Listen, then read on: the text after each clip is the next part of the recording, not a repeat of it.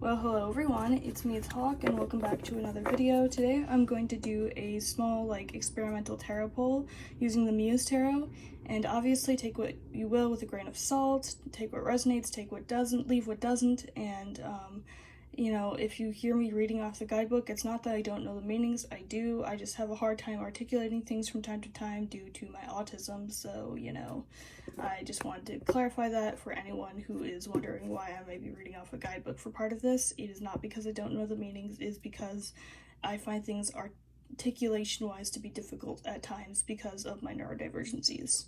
So with that being said, I hope you enjoy this reading. This is for entertainment purposes only, and just enjoy what I have, or the universe has, I should say to you. So just feel free to ask your question right now. I'm about to shuffle on camera, of course, and just ask whatever question, and hopefully this will guide you in the right direction, this tarot reading. I don't really do those big pick the cards I used to, but I might in the future, but I just don't have the time for that. But with that being said, I hope you have asked your question. If you need to focus anymore, I'll give you 5 seconds here.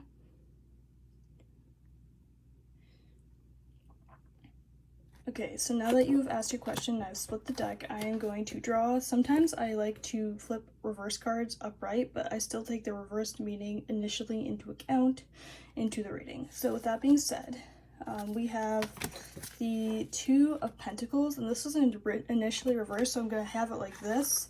And this to me shows that you need to balance your priorities and find balance in general within your life or the situation, and that this will be really imperative for what it is that you're trying to achieve or work on.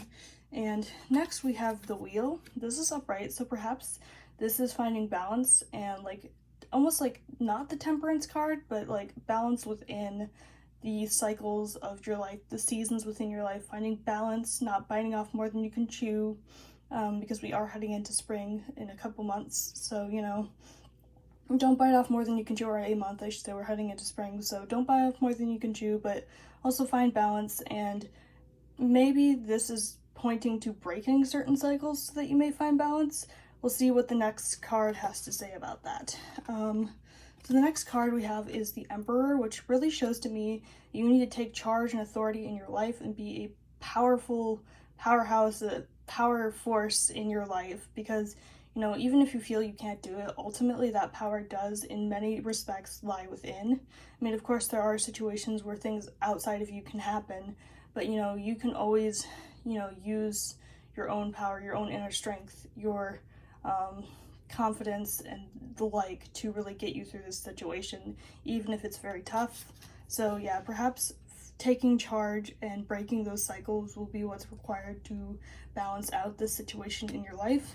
Likewise, we have the Nine of Swords, which was reversed. The Nine of Swords to me usually shows a lot of anxiety, and I'm sorry if you hear the lawnmower in the background. And if I go to my guidebook to better articulate what I'm feeling, it can point to upright. It's usually anxiety and worry, but perhaps you'll be dispelling some of that anxiety when you take charge. I mean, it's anxiety inducing, yes, but when you really take the time to really assess what does and doesn't serve you, to break those cycles and to bring balance into your life, you'll find that once you've brought that balance into your life, that you'll be recovering from that anxiety and worry. So that is something that I feel is definitely very important to recognize, that you do have the strength to battle that inner anxiety demon, if you will. It's not a demon, but those inner feelings of doubt and anxiety.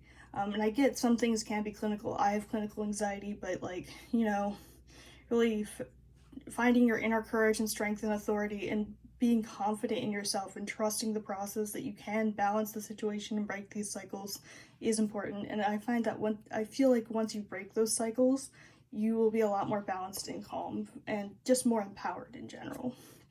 Next, we have the Seven of Pentacles, which really shows that you're going to have to be patient with yourself throughout the situation. This situation requires a lot of patience in order for you to grow.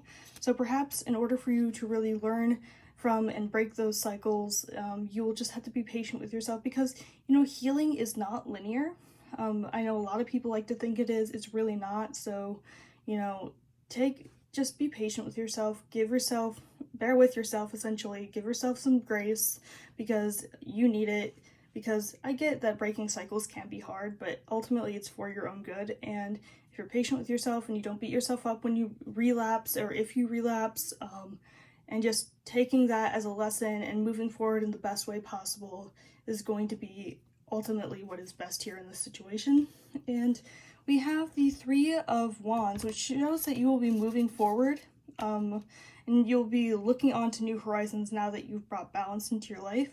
But again, just be not anxious, but be careful that you don't, like, you know, reintroduce aspects of the cycle that you tried to break that weren't serving you. Just be careful of that, but ultimately this shows that you're going to be expanding and moving forward with that newfound balance in your life.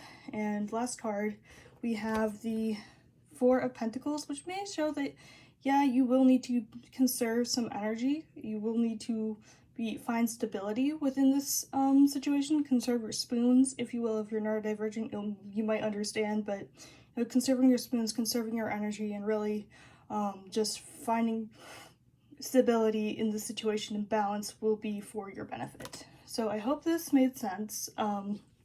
Again, I haven't done tarot readings for people in a long time, and this is just me dipping my toes back in, so let me know what you thought and if this applied to you and in what ways. And I hope this helped. This is Hawk, signing out. Stay magical.